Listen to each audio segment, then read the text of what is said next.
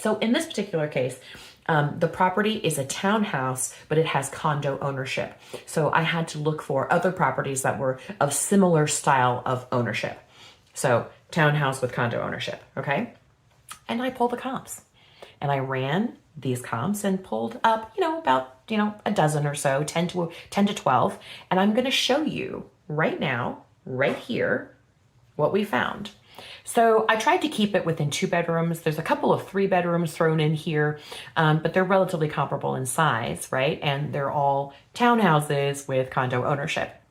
And as you can see, the sale prices for these particular properties of this ilk are now, oh my gosh, they're like 500,000 to the mid sixes. So given that I really only had to prove just under $400,000 of value, I was like, I think this is a no-brainer. And I sent this information to my client. My client reached out to their mortgage company and had the PMI contested, demonstrated that her property was now worth well more than she had paid for it, and she was able to have the PMI removed. From a process standpoint, it really sort of depends on, once again, it depends on the particular lender who has your loan. Or they might say, hey, you have to fill out a form. They might accept some comps.